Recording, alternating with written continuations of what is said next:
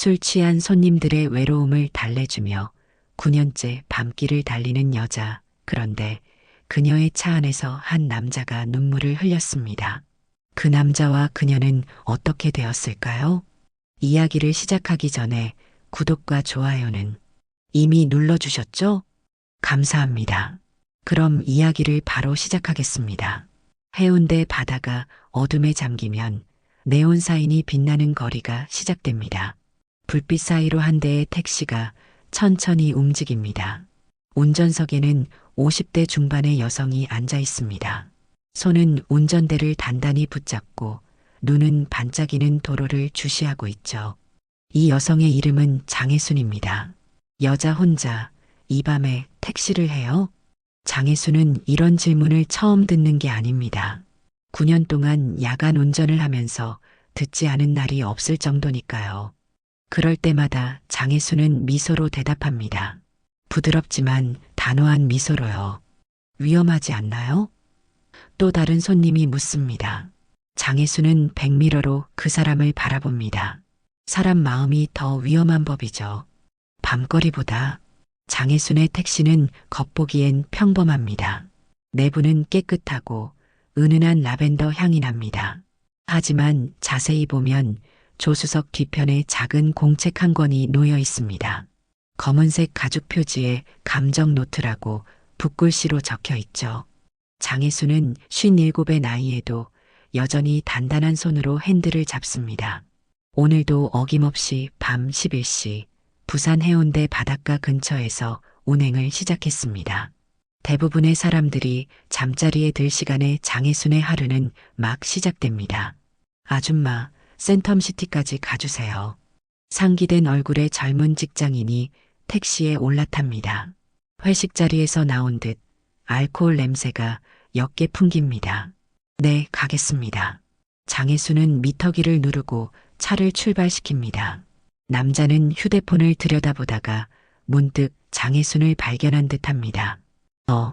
여자분이시네요? 이 시간에 운전하기 힘들지 않으세요? 장혜순은 이런 대화의 흐름을 이미 알고 있습니다. 9년간 들어온 질문이니까요.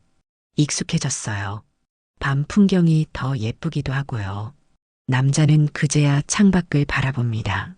해운대 밤바다 위로 떠 있는 달과 그 아래 반짝이는 도시의 불빛들. 아름다운 풍경입니다. 그렇네요. 이런 풍경을 매일 보시는군요. 장혜순은 미소만 짓습니다. 하지만 사실 그녀는 풍경보다 사람들의 표정을 더 많이 봅니다. 백미러에 비치는 손님들의 다양한 감정들을요. 기쁨, 슬픔, 불안, 분노, 그리고 가끔은 절망. 장혜순은 그것들을 모두 지켜봅니다. 9년 전 딸의 대학 학비를 마련하기 위해 시작한 택시 운전. 처음에는 단순히 돈을 벌기 위한 수단이었습니다. 하지만 어느새 장혜순에게 이 택시는 인생의 일부가 되었죠. 밤에 부산을 달리며 장혜순은 수많은 인생을 태우고 또 내려주었습니다. 그리고 어느 날부터 장혜순은 그들의 이야기를 기록하기 시작했습니다. 조수석 뒤에 놓인 검은 가죽 공책, 감정 노트예요. 처음에는 그저 자신의 감정을 정리하기 위해 시작한 일이었습니다. 하지만 지금은 장혜순의 택시를 탄 사람들의 마음이 담긴 특별한 공간이 되었습니다. 장혜순은 알고 있습니다. 자신의 택시가 단순한 이동수단이 아니라는 것을, 밤의 바다처럼 깊은 사람들의 마음을 실어 나르는 배라는 것을 말이죠. 차가 참 편안하네요. 손님이 말합니다. 장혜순은 미소 짓습니다. 고맙습니다. 장혜순의 기억 속 고향 태안 바닷가는 언제나 물비린내가 가득했습니다. 생선보다 더 강한 비린내, 그것이 장혜순의 유년기를 채웠던 냄새였죠. 어머니는 새벽마다 바닷가로 나가 조개를 캐고 아버지는 술에 절어 돌아오는 날이 많았습니다. 가난은 그 집에 변하지 않는 일상이었고 장혜순은 그 냄새와 함께 자랐습니다. 혜순아, 공부는 해서 뭐하냐? 넌 어차피 시집가면 그만이다. 아버지의 이 말은 16 장혜순의 가슴에 깊은 상처를 남겼습니다. 하지만 장혜수는 그때도 책을 놓지 않았어요. 학교 도서관에서 빌려온 소설책들이 그녀의 유일한 탈출구였습니다. 글자 하나하나가 태안 바닷가의 좁은 마을을 벗어나는 날개가 되어 주었죠. 고등학교 1학년 아버지의 술값 빚이 커지면서 장혜수는 결국 학교를 그만두게 됐습니다. 울면서 교복을 벗은 날 장혜수는 작은 가방 하나를 들고 인천행 버스에 올랐습니다. 가방 안에는 옷 몇 벌과 소중히 모아둔 책 한 권이 전부였죠. 봉제 공장에서 일하실 분, 인천 부두 근처에서 본 구인 광고를 보고 장혜수는 처음으로 미싱 앞에 앉았습니다. 18살 손가락에 바늘이 찔리고 실밥이 박히는 날들이 시작되었습니다. 좁은 기숙사 방에서 5명의 여자들과 함께 지내며 장혜수는 매일 밤 조그만 손전등 불빛 아래서 책을 읽었어요. 그것만이 힘든 하루를 견디게 해주는 위안이었으니까요. 나는 이렇게 살지 않을 거야. 꼭 다른 삶을 살 거야. 매일 밤 잠들기 전 장혜수는 자신에게 다짐했습니다. 그리고 23, 공장 동료였던 남자와 결혼했습니다. 사랑이라기보다는 현실의 선택이었을지도 모릅니다. 처음에는 행복했습니다. 정말로요. 하지만 곧 그 남자의 주먹이 장혜순의 얼굴을 향하기 시작했고 술에 취한 남편의 폭력은 점점 심해졌습니다. 장혜순은 그 집을 떠나지 못했습니다. 어디로 가야 할지도 몰랐고 무엇보다 뱃속에 아이가 자라고 있었으니까요. 딸아이가 태어났을 때 장혜순은 결심했습니다. 내 딸에게는 이 팔자를 물려주지 않겠다. 딸이 2살이 되던 해 장혜순은 남편이 출근한 사이 작은 가방 하나를 싸서 집을 나왔습니다.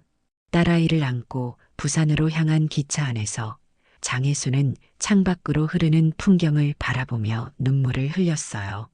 두려움과 설렘이 뒤섞인 눈물이었습니다. 부산에 도착한 장혜순은 작은 원룸을 얻어 딸과 함께 살기 시작했습니다. 식당 서빙, 마트 계산원, 건물 청소부, 할 수 있는 모든 일을 했습니다. 그리고 밤에는 어김없이 딸에게 책을 읽어주었죠. 엄마, 이 이야기 좋아. 딸의 해맑은 웃음이 장혜순의 하루를 버티게 해주는 힘이었습니다. 딸이 초등학교에 입학하면서 장혜순은 더 많은 돈이 필요하다는 걸 실감했습니다. 학원비, 교재비, 그리고 언젠가 다가올 대학 학비까지 생각할수록 막막했죠. 어느 날 밤 장혜순은 우연히 택시를 탔습니다. 늦은 시간 퇴근길, 지친 몸을 이끌고 택시 뒷좌석에 앉았을 때 문득 기사의 뒷모습이 눈에 들어왔습니다. 저도 할 수 있지 않을까? 그 생각이 장혜순의 머릿속을 스쳤습니다. 그리고 다음 날 장혜순은 택시 회사를 찾아갔습니다. 운전면허는 이미 있었고 택시 운전 자격증을 따기 위한 공부를 시작했죠. 여자가 택시를? 그것도 야간에? 택시 회사 사장의 의아한 표정이 지금도 생생합니다. 하지만 장혜순은 결심했습니다. 밤에 일하면 낮에는 딸과 함께 시간을 보낼 수 있고 무엇보다 다른 일보다 수입이 나았으니까요. 해볼게요. 제가 할 수 있습니다. 그렇게 장혜순의 밤 택시 운전이 시작되었습니다. 처음에는 무서웠습니다. 어두운 거리, 취한 승객들, 그리고 여자 기사를 향한 편견 어린 시선들까지. 하지만 장혜순은 견뎌냈습니다. 책으로 버텨온 인생처럼 이번에는 핸들을 붙잡고 버텨나갔습니다. 딸이 자라면서 장혜순의 택시 안에는 점점 더 많은 이야기가 쌓여갔습니다. 승객들의 사연, 그들의 웃음과 눈물, 때로는 화와 분노까지. 장혜순은 모든 것을 조용히 지켜보며 운전대를 잡았습니다. 그리고 어느 날 감정 노트를 준비했습니다. 살아있는 사람들의 이야기가 책보다 더 흥미롭더라고요. 부산의 밤하늘에 먹구름이 잔뜩 끼었습니다. 택시 와이퍼가 쉴 새 없이 움직이고 빗방울이 창문을 두드리는 소리가 차 안을 채웁니다.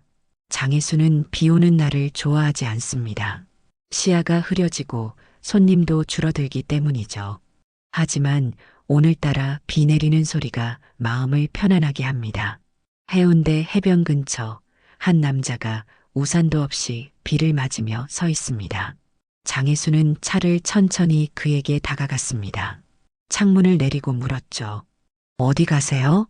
남자는 잠시 장혜순을 바라보다가 뒷좌석 문을 열었습니다. 비에 젖은 양복과 함께 차가운 공기가 들어왔어요. 광안리로 가주세요. 장혜수는 미터기를 누르고 출발했습니다. 백미러로 손님을 살펴보니 중년의 남자가 창밖을 멍하니 바라보고 있었습니다. 물기 어린 눈빛이 백미러에 비칩니다. 비 때문인지 아니면 다른 이유 때문인지는 알 수 없었습니다. 오늘 비가 많이 내리네요. 장혜수는 가끔 이렇게 대화를 시작합니다. 말하고 싶어 하는 손님도 있고 그저 조용히 있고 싶어 하는 손님도 있으니까요. 장혜수는 항상 첫마디를 던진 후 손님의 반응을 살핍니다. 네, 오늘 생일인데 비가 오네요. 남자의 목소리에는 쓸쓸함이 묻어 있었습니다. 장혜수는 백미러로 그를 다시 한번 바라보았습니다. 흰 와이셔츠에 검은 넥타이, 단정하게 정돈된 머리카락. 하지만 그의 눈빛은 초점을 잃은 듯했어요. 생일 축하드립니다. 특별한 계획이라도 있으신가요? 장혜수는 조심스럽게 물었습니다. 남자는 쓴웃음을 지었습니다. 아무도 몰라요. 아내와 이혼한 지 3년째인데 오늘따라 외롭네요. 장혜수는 말없이 운전대를 잡았습니다. 빗방울이 차창을 타고 흘러내리는 모습이 마치 눈물 같았습니다. 차 안은 묘한 침묵에 휩싸였어요. 장혜수는 글로브 박스를 열어 작은 초콜릿 하나를 꺼냈습니다. 신호등 앞에서 차가 멈추자 그것을 뒷좌석으로 건넸습니다. 많진 않지만 생일 선물로 받아주세요. 남자는 놀란 표정으로 초콜릿을 바라보았습니다. 그리고 천천히 그것을 받아들었죠. 정호진이라고 합니다. 성함이 장혜순입니다. 정호진은 초콜릿을 바라보며 미소 지었습니다. 작은 제스처였지만 그의 표정이 조금 밝아진 것 같았습니다. 혜순 씨, 혹시 글 쓰는 것을 좋아하시나요? 장혜순은 놀랐습니다. 조수석 뒤에 놓인 감정 노트가 정호진의 눈에 띈 모양이었습니다. 그냥 메모하는 습관이 있어서요. 정호진은 조심스럽게 물었습니다.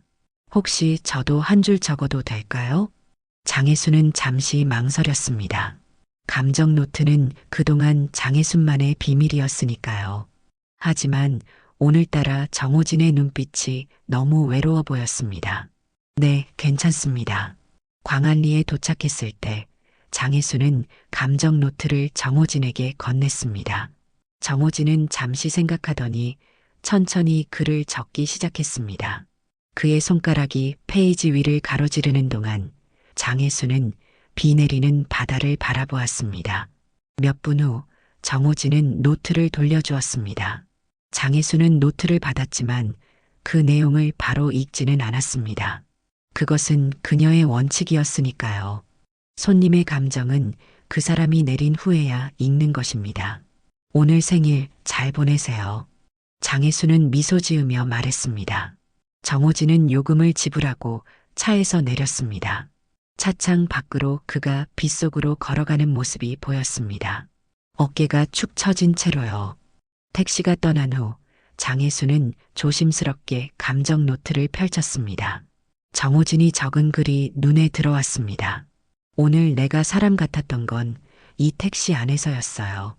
낯선 기사님의 초콜릿 한 조각이 3살 된 딸의 전화보다 더 따뜻했습니다. 고맙습니다. 장혜수는 그 글을 읽고 깊은 숨을 내쉬었습니다. 빗방울이 창문을 타고 흘러내리는 사이로 어딘가 따뜻한 감정이 가슴속에서 피어오르는 것을 느꼈습니다. 그날 이후 장혜수는 감정 노트를 조수석 뒤에 두기 시작했습니다. 그리고 가끔 마음이 무거워 보이는 손님에게 노트를 적어보라고 권했습니다. 처음에는 의아해하는 사람들도 있었지만 대부분은 기꺼이 자신의 이야기를 적었습니다. 며칠 후 또 다른 손님이 노트를 읽고 울기 시작했습니다. 그것은 중년 여성이었는데 정호진의 글을 읽고 갑자기 눈물을 흘리기 시작한 것입니다. 저도 오늘 이혼했어요. 그런데 이 글을 읽으니 내가 혼자가 아니란 생각이 드네요. 그렇게 장혜순의 감정 노트는 한 사람의 감정이 다른 사람에게 전해지는 릴레이가 되었습니다. 장혜순의 택시는 밤에 부산을 달리며 사람들의 마음을 태우는 특별한 차가 되어갔습니다. 내가 사람의 인생을 대리하는 게 아니라 그 사람의 마음을 태우는 거였구나. 장혜순은 그날 밤 일을 마치고 집으로 돌아가며 생각했습니다. 빗방울이 창문을 두드리는 소리가 이제는 음악처럼 들렸습니다. 부산의 가을밤은 쌀쌀합니다. 장혜순은 택시 히터 온도를 올리며 다음 손님을 기다립니다. 센텀시티 앞 고층 빌딩들이 밤하늘에 우뚝 서 있는 곳에서요. 그때 한 노부인이 천천히 택시를 향해 걸어옵니다. 지팡이에 의지한 채 조심스럽게 뒷좌석에 몸을 실었습니다. 어디로 모실까요? 장혜순이 물었습니다. 부민동 가주세요. 요양원에 다녀오는 길이에요. 노부인의 목소리에는 피로가 묻어 있었습니다. 장혜순은 백미러로 그녀를 살폈습니다.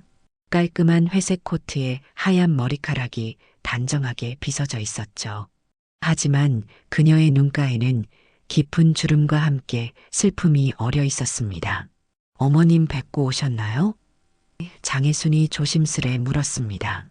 노부인은 고개를 끄덕였습니다. 네, 하지만 어머님은 저를 알아보지 못하셨어요. 치매가 심해지셔서.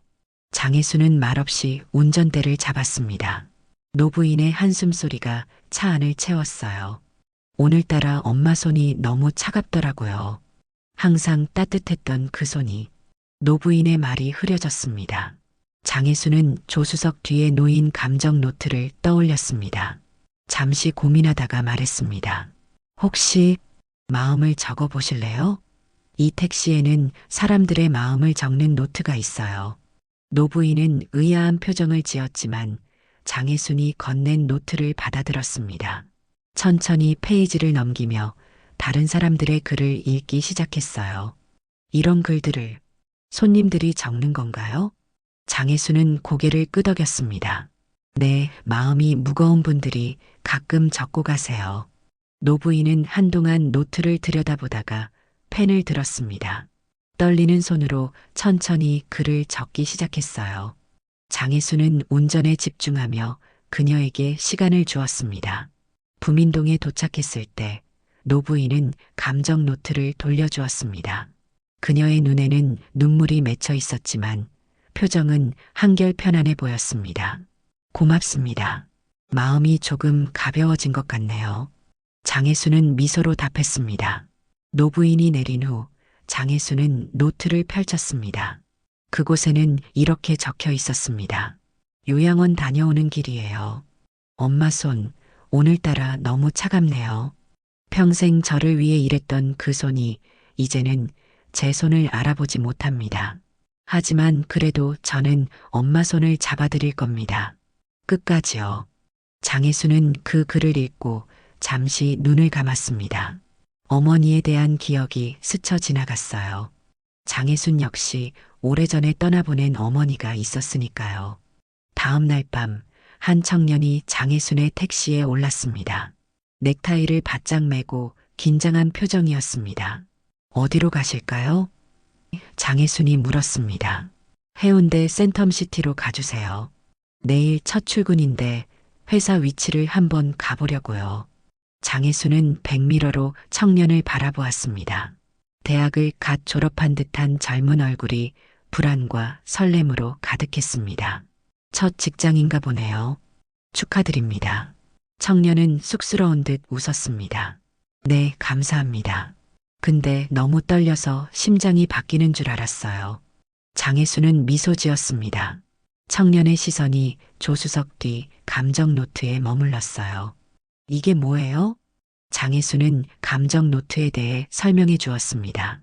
청년은 호기심 어린 눈으로 노트를 받아들었고 페이지를 넘기며 다른 이들의 이야기를 읽기 시작했습니다. 와, 이런 이야기들이 다 있네요. 청년은 노부인의 글을 읽더니 잠시 생각에 잠겼습니다. 그리고 자신의 이야기를 적기 시작했어요. 첫 출근 날입니다. 심장이 바뀌는 줄 알았어요. 대학 4년 내내 꿈꿔왔던 순간인데 막상 내일이 되니 두렵습니다. 잘할 수 있을까요? 그런데 이 노트를 읽으니 용기가 생깁니다. 나도 언젠가 이 글을 읽을 누군가에게 힘이 되고 싶어요. 센텀시티에 도착해서 청년은 회사 건물을 바라보며 깊은 숨을 내쉬었습니다. 떨리는 마음이 조금은 가라앉은 듯 했어요. 그로부터 며칠 후, 한 중년 남성이 택시에 올랐습니다. 풀어진 넥타이와 구겨진 셔츠가 그의 상태를 말해주고 있었습니다. 어디로 모실까요? 장혜순이 물었습니다. 그냥 해운대 쪽으로 가주세요. 당분간 갈 곳이 없어서요. 남자의 목소리에는 체념이 묻어 있었습니다. 장혜순은 백미러로 그를 바라보았습니다. 남자는 창밖을 멍하니 바라보고 있었어요. 힘드신 일이라도 있으신가요? 남자는 쓴웃음을 지었습니다. 회사 잘리고 나왔어요. 20년 다닌 회사에서 이대로 집에 들어가기도 싫더라고요. 장혜수는 감정 노트를 건넸습니다. 혹시 마음이 괜찮으시다면 여기에 한번 적어보세요. 남자는 처음에는 거절하려 했지만 노트를 펼쳐 다른 이들의 이야기를 읽기 시작했습니다. 청년의 글을 읽으면서 그의 표정이 조금씩 변했어요. 젊은 친구는 첫 출근을 앞두고 저는 마지막 퇴근을 했네요. 그 말을 남기고 남자는 자신의 이야기를 적기 시작했습니다. 장혜수는 조용히 운전대를 잡은 채 부산의 밤거리를 달렸습니다. 네온사인들이 비치는 창문 너머로 남자의 표정이 조금씩 누그러지는 것이 보였어요. 이렇게 장혜순의 택시는 감정의 릴레이카가 되어갔습니다. 한 사람의 이야기가 다른 사람에게 전해지고 또 다른 이야기가 쌓여갔죠. 슬픔, 기쁨, 분노, 희망. 다양한 감정들이 검은 가죽 노트에 담겨갔습니다. 그리고 어느 비 오는 밤 정호진이 다시 장혜순의 택시에 올랐습니다. 그는 장혜순을 알아보았고 조용히 미소 지었습니다. 오늘도 사람 된 기분이에요. 장혜순은 백미러로 그를 바라보며 미소 지었습니다. 빗방울이 창문을 타고 흘러내리는 가운데 감정 노트는 또 한 번 손에서 손으로 전해졌습니다. 가을에서 겨울로 넘어가는 부산의 밤하늘은 유난히 맑았습니다. 별들이 반짝이는 하늘 아래 장혜순의 택시가 해운대 신시가지를 달리고 있었어요. 정호진을 다시 만난 건 그로부터 한 달쯤 지난 후였습니다. 그는 이전과 달리 단정한 차림의 표정도 한결 밝아 보였죠. 혜순 씨, 정말 운이 좋네요. 오늘 꼭 만나야겠다 싶었는데 정호진은 반가운 얼굴로 인사했습니다. 장혜수는 백미러로 그를 바라보며 미소 지었습니다. 한 달 사이 정호진은 감정 노트의 단골 승객이 되어 있었어요. 가끔 택시를 탈 때마다 짧은 글을 남기곤 했습니다. 요즘 어떻게 지내세요? 장혜순이 물었습니다. 정호진은 잠시 창밖을 바라보더니 대답했습니다. 사실 혜순 씨 덕분에 용기를 얻어서 새로운 일을 시작했어요.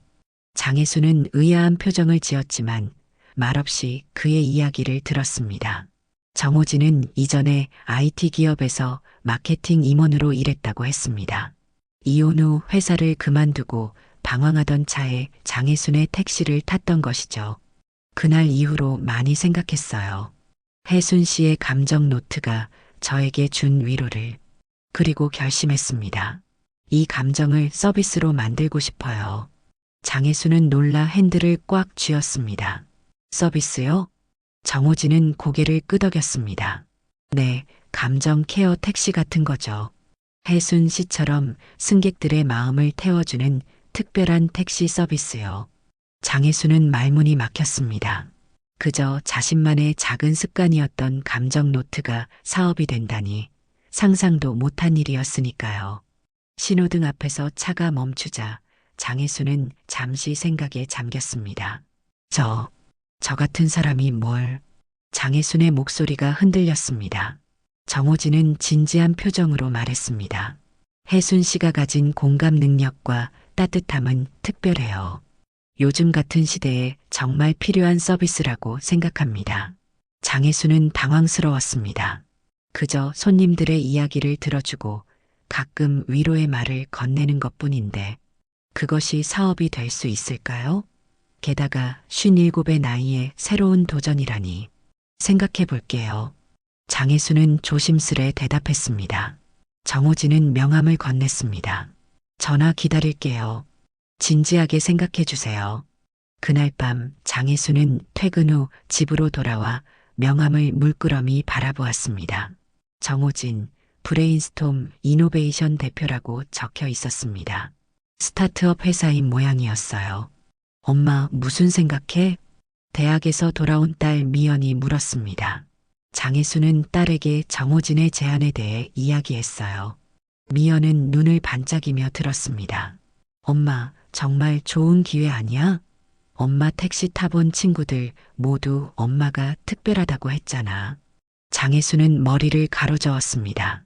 내가 뭐 특별한 게 있다고. 그냥 나이든 택시 기사일 뿐이야. 미연은 진지한 표정으로 엄마의 손을 잡았습니다. 엄마, 왜 너는 나에게만 세상을 보여주고 정작 엄마는 그 세상에 들어가질 않는데? 장혜수는 딸의 말에 깜짝 놀랐습니다. 미연의 눈에는 확신이 가득했어요. 엄마가 얼마나 특별한 사람인지 알아? 나는 엄마가 자랑스러워. 이제 엄마도 엄마의 꿈을 좇을 차례야. 장혜순의 눈에 눈물이 맺혔습니다. 그동안 딸만 바라보며 살았는데 정작 자신의 가능성은 보지 못했던 것 같았어요. 장혜수는 문득 자신이 항상 읽던 책들을 떠올렸습니다. 그 책들 속 주인공들은 항상 용기를 내어 새로운 도전을 했었죠. 다음 날 장혜수는 정호진에게 전화를 걸었습니다. 떨리는 목소리로 말했어요. 정호진 씨, 해볼게요. 제가 할 수 있는 일이라면. 정호진은 기뻐하며 대답했습니다. 정말 감사합니다. 혜순 씨와 함께라면 분명 성공할 거예요. 그렇게 따뜻한 핸들 프로젝트가 시작되었습니다. 정호진이 마케팅과 비즈니스 모델을 맡고 장혜수는 서비스의 핵심인 감정 케어를 담당하기로 했어요. 처음에는 작은 시범 서비스로 시작했습니다. 장혜순과 비슷한 여성 기사 2명을 더 모집해서요. 여성 승객들이 밤에 택시 타기 무서워하잖아요. 여성 기사가 운전하는 택시라면 더 안심할 수 있을 거예요. 거기에 감정 노트까지 더하면. 정호진의 아이디어였습니다. 장혜수는 다른 여성 기사들에게 감정 노트 활용법을 알려주었습니다. 단순히 노트를 두는 것이 아니라 진심으로 손님의 이야기를 듣고 공감하는 법을 전수했죠. 그리고 그들만의 작은 교육 프로그램도 만들었습니다. 손님의 눈을 보세요. 그리고 그 사람의 마음을 태운다고 생각하세요. 우리는 단순히 목적지까지 데려다 주는 것이 아니라 그 사람의 마음을 안전하게 실어 나르는 거예요. 장혜순의 말에 다른 기사들도 고개를 끄덕였습니다. 그들도 각자의 이유로 밤 택시를 운전하는 여성들이었고 장혜순의 진심에 감동받은 듯 했어요. 그리고 마침내 따뜻한 핸들 앱이 출시되었습니다. 여성 기사 전용 심야 감정 케어 서비스. 승객은 앱을 통해 자신의 목적지뿐만 아니라 간단한 감정 상태도 입력할 수 있었습니다. 기쁨, 슬픔, 피로, 걱정 등의 아이콘으로요. 장혜수는 여전히 밤에 택시를 몰았습니다. 하지만 이제 그녀의 택시에는 따뜻한 핸들 로고가 붙어 있었고 조수석 뒤에는 더 예쁜 가죽 커버의 감정 노트가 놓여 있었습니다. 그리고 무엇보다 장혜순의 눈빛에는 새로운 열정이 깃들어 있었어요. 엄마, 정말 멋져.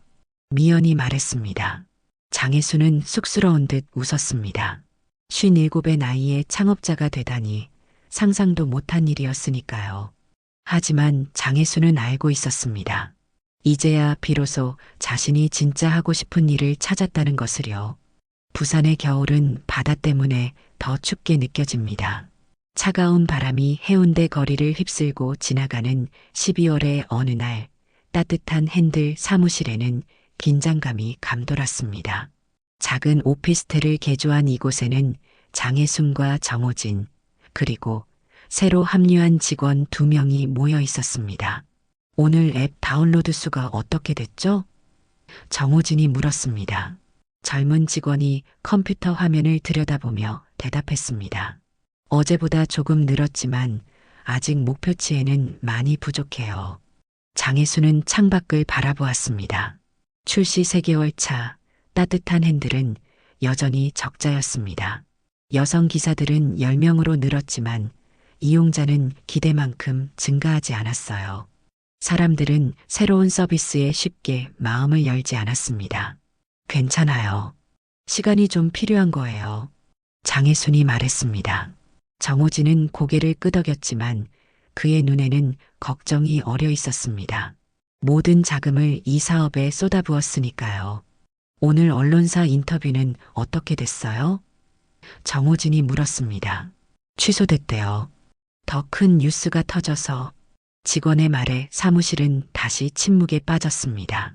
장혜수는 자리에서 일어났습니다. 저는 이만 운행 나가볼게요. 오늘도 좋은 일이 있을 거예요. 장혜수는 여전히 밤에 택시를 몰았습니다. 따뜻한 핸들의 대표이자 현역 택시 기사로 서비스의 핵심을 지켜나가고 있었죠. 하지만 사업의 어려움은 그녀에게도 부담이었습니다. 밤마다 만나는 승객들에게 미소 짓는 일이 점점 힘들어지고 있었으니까요. 그날 밤 장혜수는 비 내리는 해운대 거리를 달리고 있었습니다. 앱을 통해 호출이 왔고 장혜수는 해운대 백화점 앞으로 향했습니다. 그곳에서 젊은 여성이 비를 피하며 서 있었어요. 따뜻한 핸들이세요? 여성이 물었습니다. 네, 어서 오세요. 장혜순이 미소 지었습니다. 여성은 뒷좌석에 올랐습니다.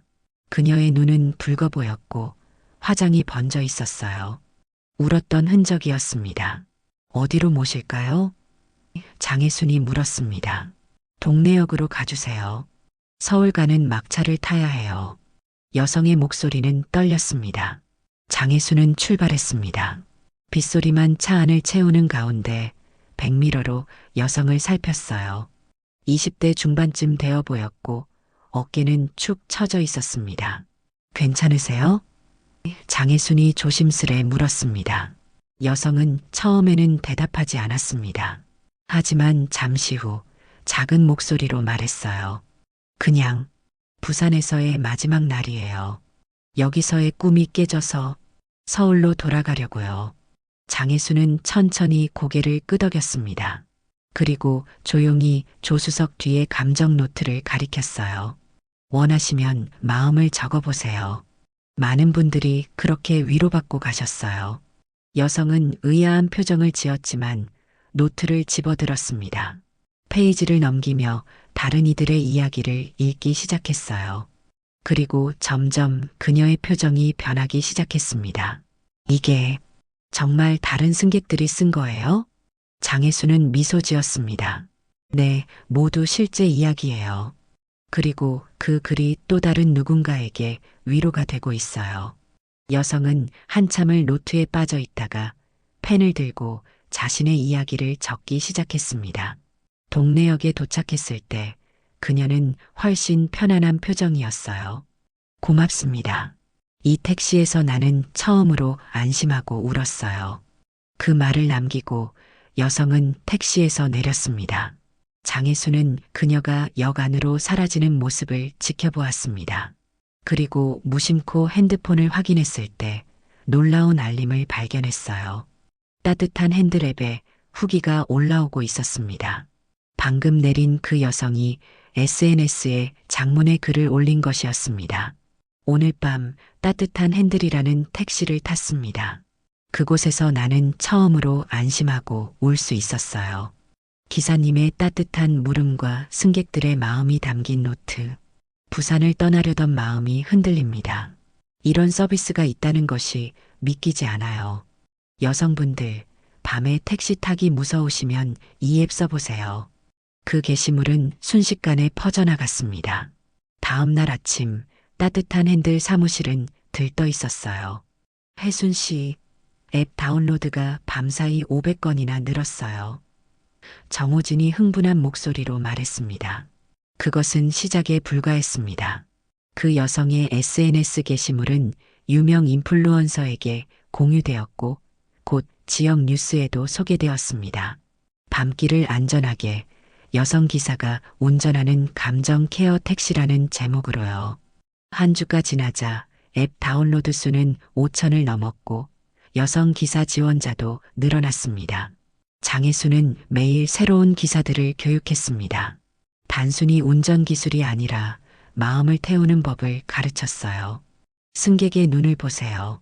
하지만 너무 부담스럽게 하지 마세요. 그저 안전한 공간이 있다는 것을 느끼게 해주는 거예요. 한 달이 지나자 지역 방송에서 따뜻한 핸들을 특집으로 다루었습니다. 장혜수는 생애 처음으로 카메라 앞에 섰어요.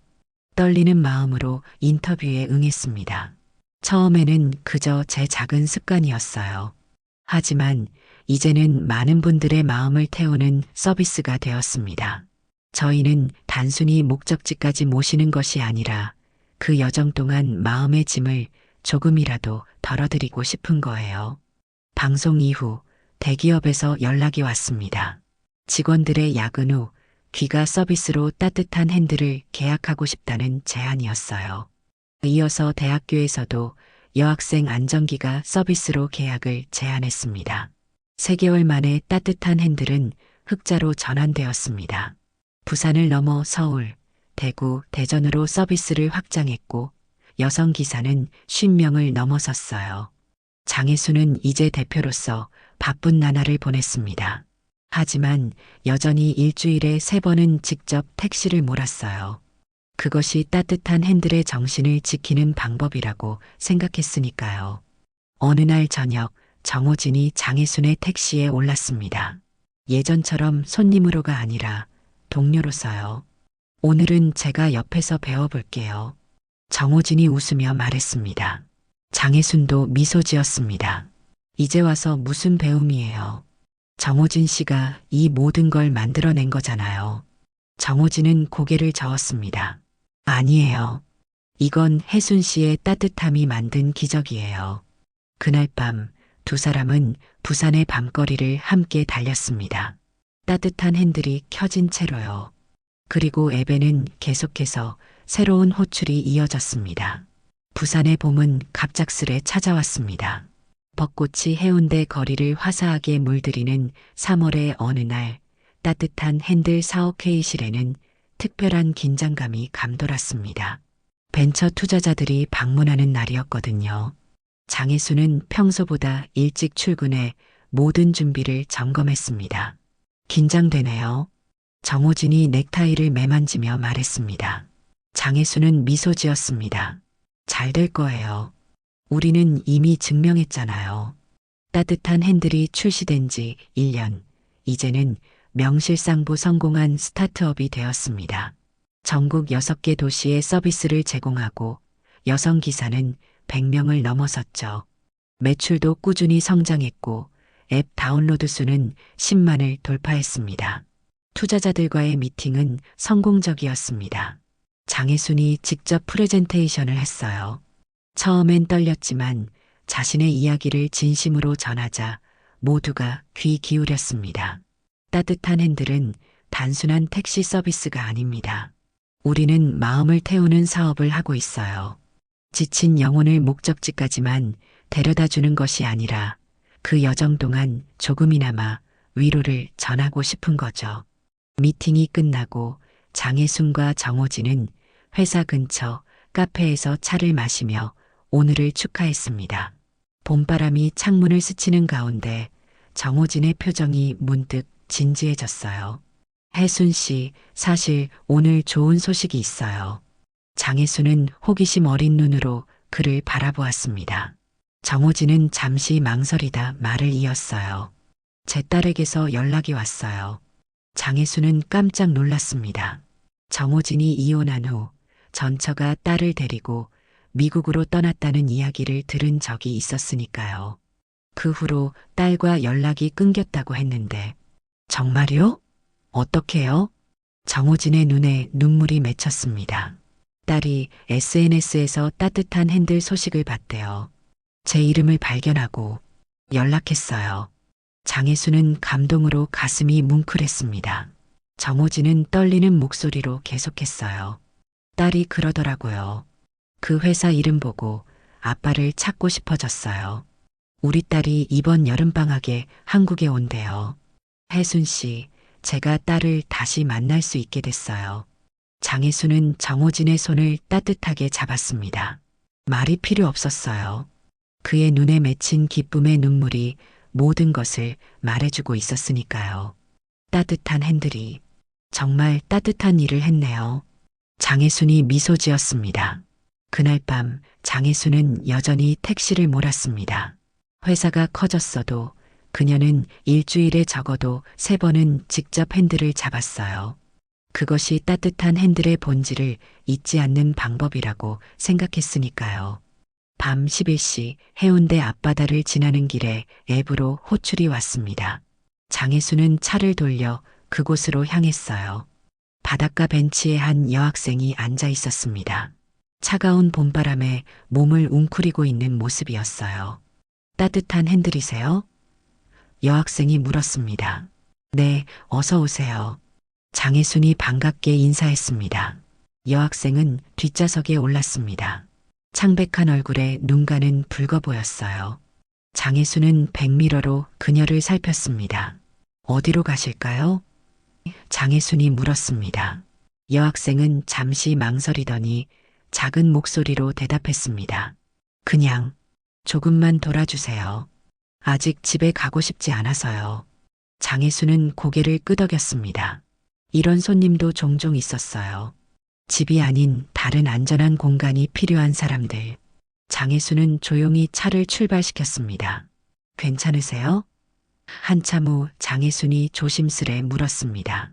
여학생은 창밖을 바라보다가 힘없이 대답했어요. 그냥 오늘 힘든 날이었어요. 장혜수는 더 캐묻지 않았습니다. 대신 조수석 뒤에 감정 노트를 가리켰어요. 원하시면 여기에 마음을 적어보세요. 많은 분들이 위로받고 가셨어요. 여학생은 노트를 받아들었습니다. 페이지를 넘기며 다른 사람들의 이야기를 읽기 시작했어요. 그녀의 표정이 조금씩 변하는 것이 백미러로 보였습니다. 한참을 노트에 빠져있던 여학생은 마침내 펜을 들고 글을 적기 시작했습니다. 장혜수는 조용히 운전에 집중했어요. 해운대 밤바다를 한 바퀴 돌고 광안대교의 아름다운 불빛 아래를 지났습니다. 이제 집으로 가도 될 것 같아요. 연제구로 가주세요. 여학생의 목소리가 조금 밝아진 것 같았습니다.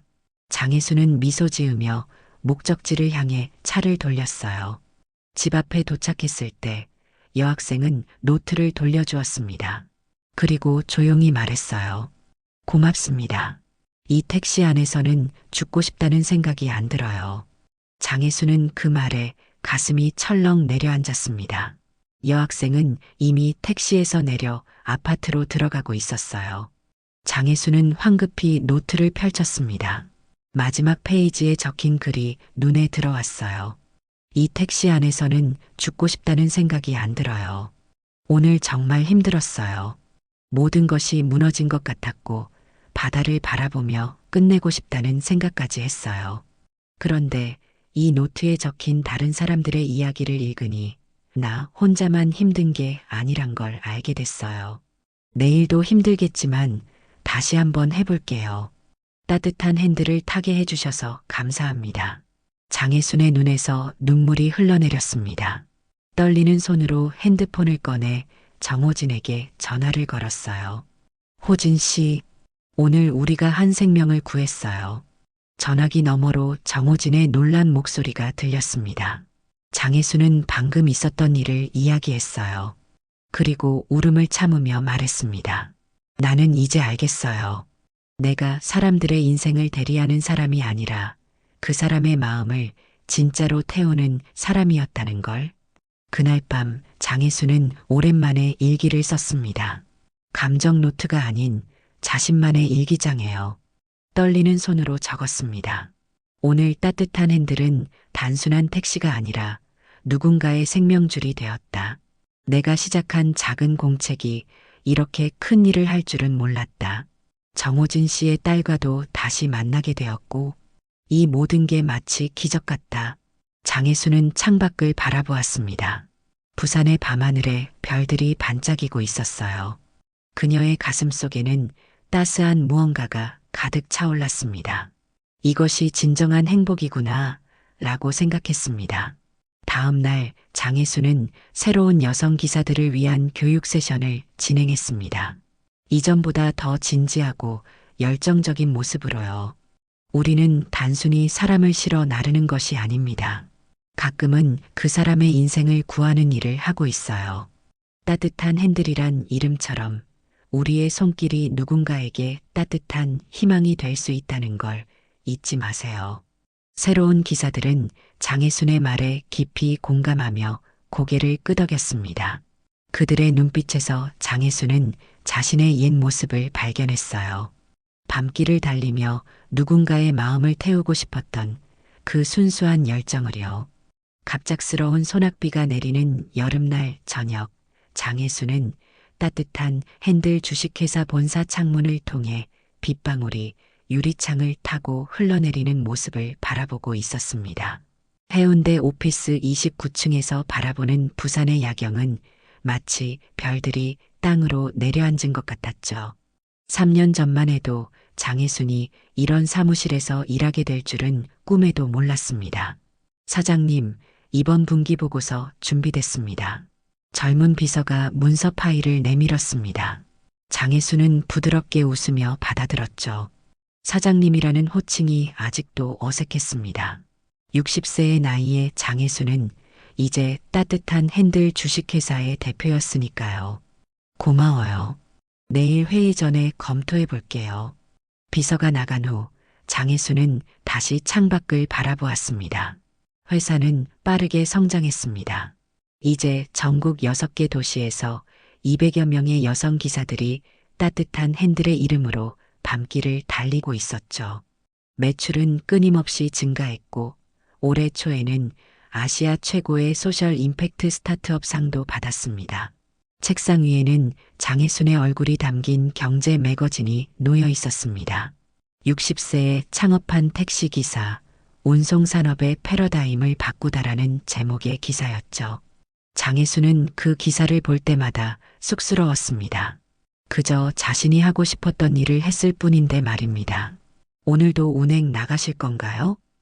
정호진이 사무실로 들어오며 물었습니다. 장혜순은 고개를 끄덕였습니다. 네, 금요일이니까요.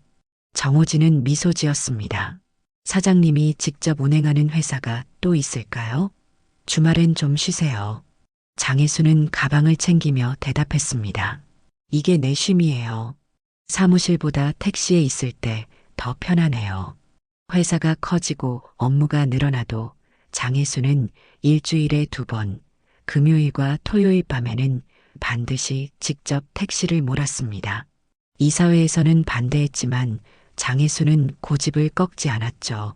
그것이 따뜻한 핸들의 정신을 지키는 방법이라 믿었으니까요. 딸이 방학 때 한국에 오나 봐요? 장혜순이 정호진에게 물었습니다. 정호진의 얼굴이 환하게 밝아졌습니다. 네, 이번 주말에 와요. 이제 대학생이 됐더라고요. 장혜순은 따뜻한 미소를 지었습니다. 정호진이 딸과 재회한 후 그는 더욱 열정적으로 일했습니다. 이제 그들은 단순한 비즈니스 파트너를 넘어 진정한 동료이자 친구가 되었죠. 사무실을 나서며 장혜순은 로비에 걸린 큰 액자를 바라보았습니다. 검은 가죽 커버에 감정 노트를 든 장혜순의 사진과 함께 당신의 마음을 태웁니다라는 회사 슬로건이 적혀 있었죠. 그 감정 노트는 이제 회사의 상징이 되었고 모든 따뜻한 핸들 택시에는 노트가 비치되어 있었습니다. 주차장에서 장혜수는 익숙한 자신의 택시에 올랐습니다. 다른 택시들과 똑같은 디자인이지만 장혜수는 이 차에 특별한 애정을 느꼈습니다. 10년 가까이 함께해온 동반자였으니까요. 오늘도 좋은 밤이 되길. 장혜수는 조용히 중얼거리며 시동을 걸었습니다. 밤 11시 해운대 거리는 여름휴가철 관광객들로 북적였습니다. 장혜수는 앱을 켜고 첫 번째 호출을 기다렸습니다. 오래 기다릴 필요가 없었어요. 곧 알림음이 울렸고 장혜수는 호출 장소로 향했습니다. 해변가 근처 카페 앞 젊은 여성이 손을 흔들었습니다. 장혜수는 차를 멈추고 창문을 내렸어요. 따뜻한 핸들 맞으세요? 여성이 물었습니다. 네, 어서 오세요. 장혜순이 미소 지었습니다. 여성은 뒷좌석에 올랐습니다.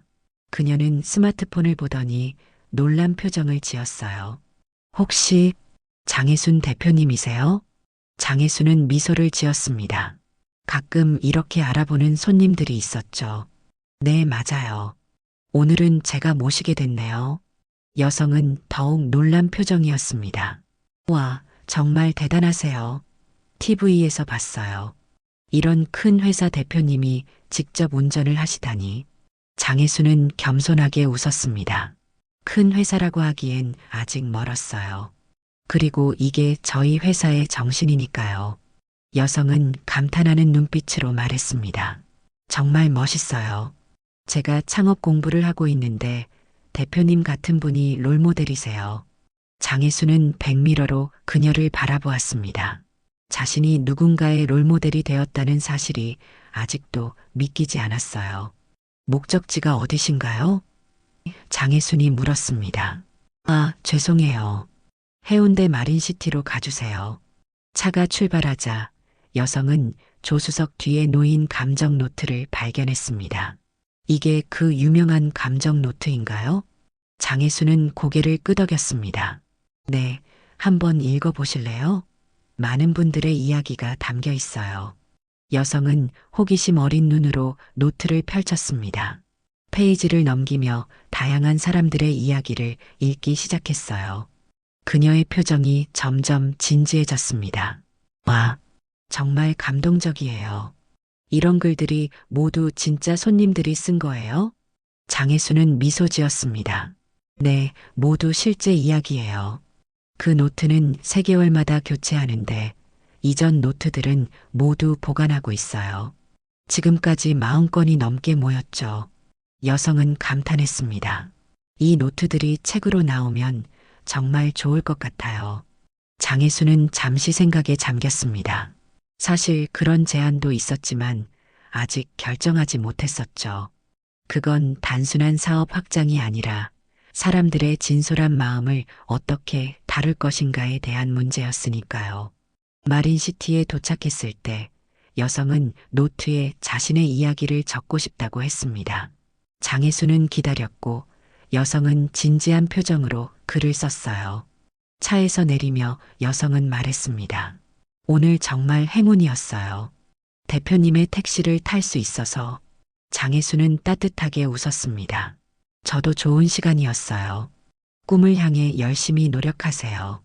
여성이 내린 후 장혜수는 감정 노트를 펼쳐 그녀가 쓴 글을 읽었습니다. 오늘 우연히 장혜순 대표님의 택시를 탔습니다. 제가 항상 꿈꿔왔던 창업가의 모습을 직접 만나다니 대표님처럼 사람들의 마음을 위로하는 사업을 하고 싶습니다. 언젠가 저도 누군가에게 따뜻한 핸들이 되겠습니다. 장혜순의 눈가에 미소가 번졌습니다. 자신의 이야기가 또 다른 누군가에게 영감이 되고 있다는 사실이 감사했습니다. 그날 밤 장혜순은 계속해서 부산의 밤거리를 달렸습니다. 회사 대표라는 타이틀보다 여전히 택시 기사 장혜순으로 있을 때가 더 편안했어요. 승객들의 다양한 이야기를 들으며 그들의 기쁨과 슬픔을 함께 나누는 이 시간이 장혜순에겐 가장 소중했습니다.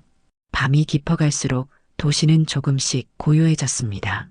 마지막 손님을 내려주고 귀가하는 길, 장혜순은 광안대교를 지나고 있었습니다. 다리 위에서 바라보는 부산의 야경은 여전히 아름다웠어요.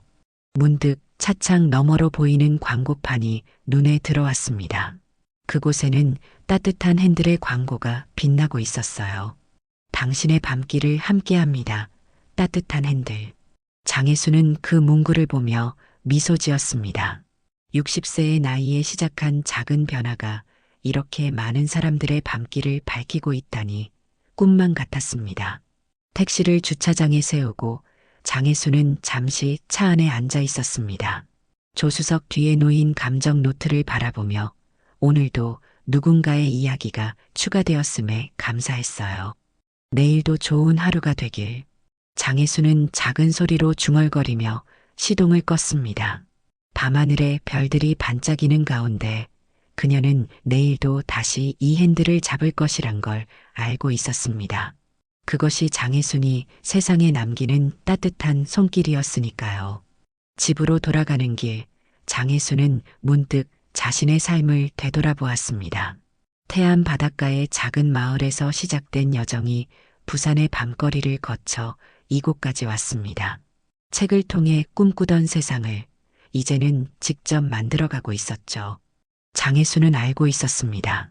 진정한 행복은 화려한 사무실이나 성공한 사업에 있는 것이 아니라 매일 밤 누군가의 마음을 태우며 달리는 그 순간에 있다는 것을요.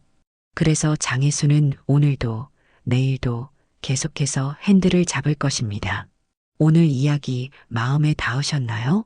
외로움이 아니라 마음을 함께 달리는 사람들의 이야기, 따뜻한 핸들처럼 여러분의 마음에도 작은 위로가 되었기를 바랍니다. 좋아요, 구독, 댓글은 제가 운전할 힘이 됩니다. 오늘도 함께 해주셔서 감사합니다.